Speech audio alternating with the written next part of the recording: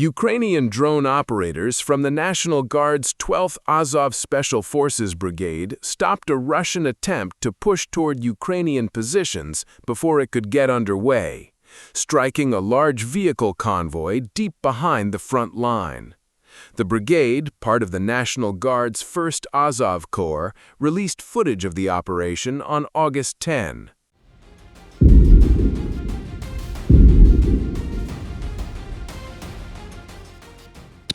Russian forces apparently believed that nearly 20 kilometers, or about 12 miles, behind the line of contact was far enough to assemble dozens of vehicles in a single column safely.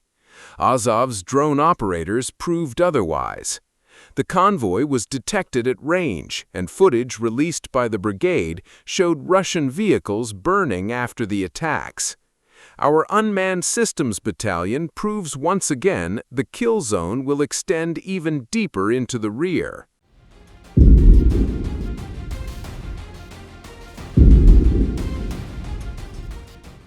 Run, occupier, from Ukrainian land while you still have something to run on, the brigade said.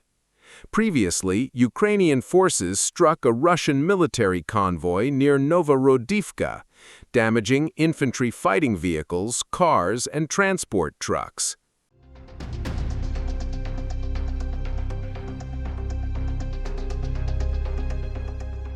The operation began with reconnaissance.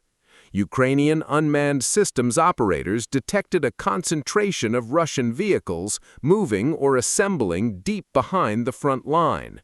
Instead of waiting for the convoy to approach Ukrainian defensive positions, drone operators were able to track the vehicles at range.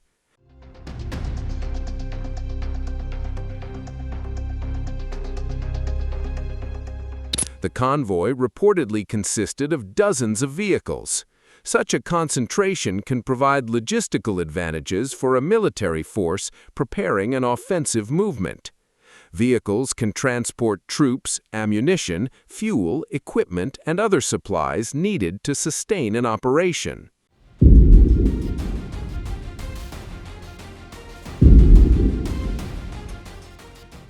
However, putting many vehicles together in one column also creates a significant vulnerability. From the air, a large convoy can be much easier to identify than individual vehicles dispersed across different locations. Once the convoy was detected, Ukrainian drone operators began carrying out strikes.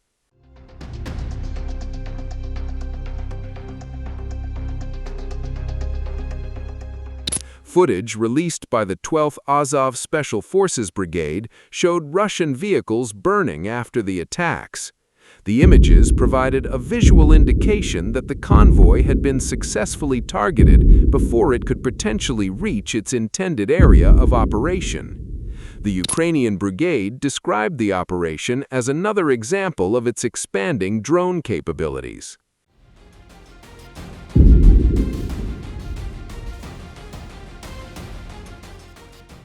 The message was clear: distance alone is no longer enough to guarantee safety. The growing reach of Ukrainian drone operations. The operation illustrates one of the most important developments in the Russia-Ukraine war: the increasing reach of unmanned systems.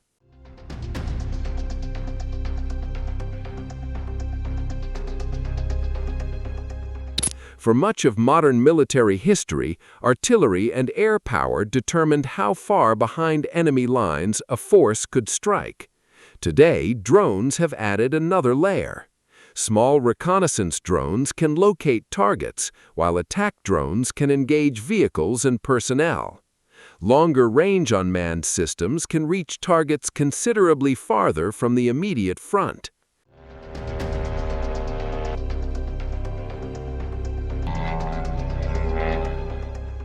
This creates what military analysts often describe as a continuously expanding kill zone.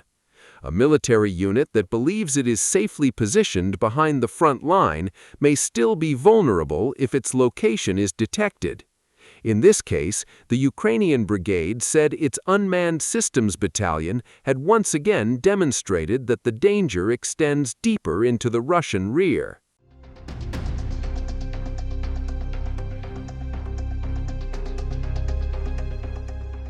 The statement accompanying the footage warned Russian forces that the Ukrainian drone operators would continue extending their reach. The message also reflects a broader Ukrainian strategy: use relatively inexpensive unmanned systems to locate and disrupt Russian forces before they can mass for offensive operations.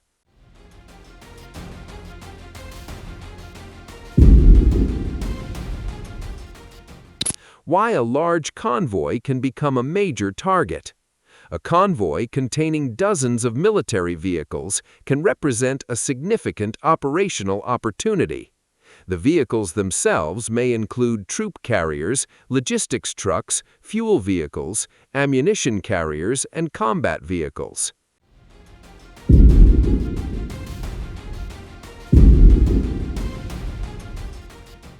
Even when only some vehicles are destroyed, the impact can extend beyond the immediate losses. A damaged convoy may force commanders to stop and reorganize their movement. Vehicles can become separated, troops may have to abandon equipment, and supplies can be delayed.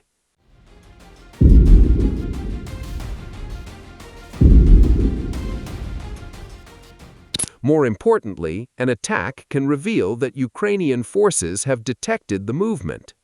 That knowledge can force commanders to change routes, disperse vehicles, or delay an operation. The psychological impact can also be significant.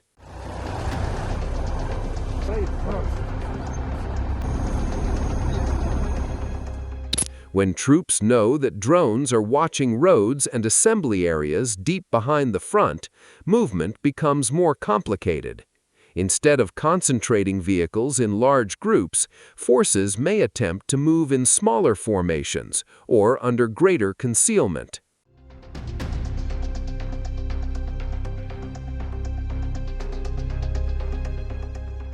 But dispersing vehicles also creates logistical problems. A large force requires supplies, fuel, ammunition, and transportation. The more those assets are dispersed, the harder they can be coordinated.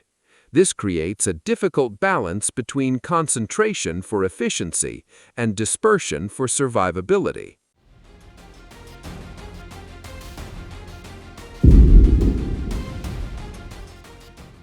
From reconnaissance to strike. One of the defining characteristics of the modern battlefield is the speed of the reconnaissance to strike cycle. In traditional warfare, identifying a target and attacking it could take significant time. A reconnaissance unit might observe an enemy formation, report its location, wait for confirmation, and then request artillery or air support.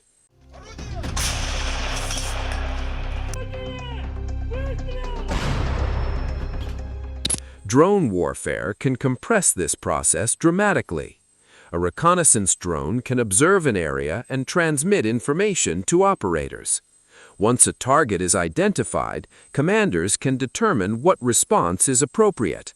Attack drones can then be directed toward the target. The result is a battlefield where the distinction between surveillance and combat is increasingly blurred.